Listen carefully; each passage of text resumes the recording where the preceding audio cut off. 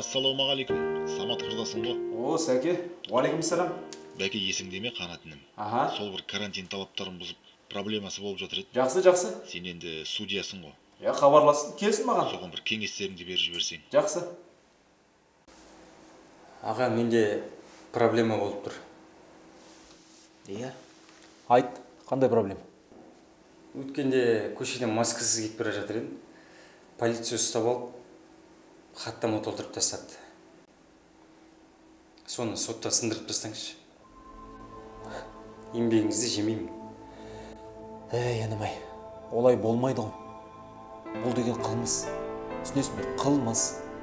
Бұндай қылмысың үшін бас бостандығыңнан айырылуың да мүмкін. Ой, аға, қойыңызшы. 80 мыңды оларға төлегенше сізге берейін. Қалтаңыз теспейді ғой.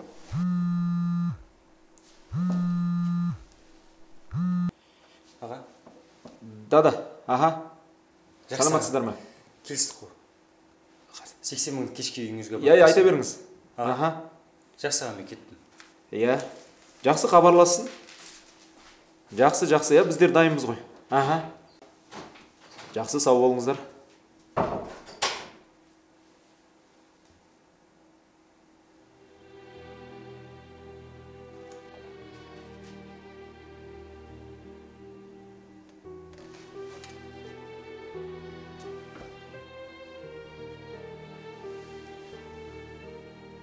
Алло, сәлематсыздар ма?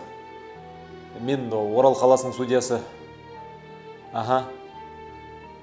Маған Қанат есімді азамат пара бермекші болды.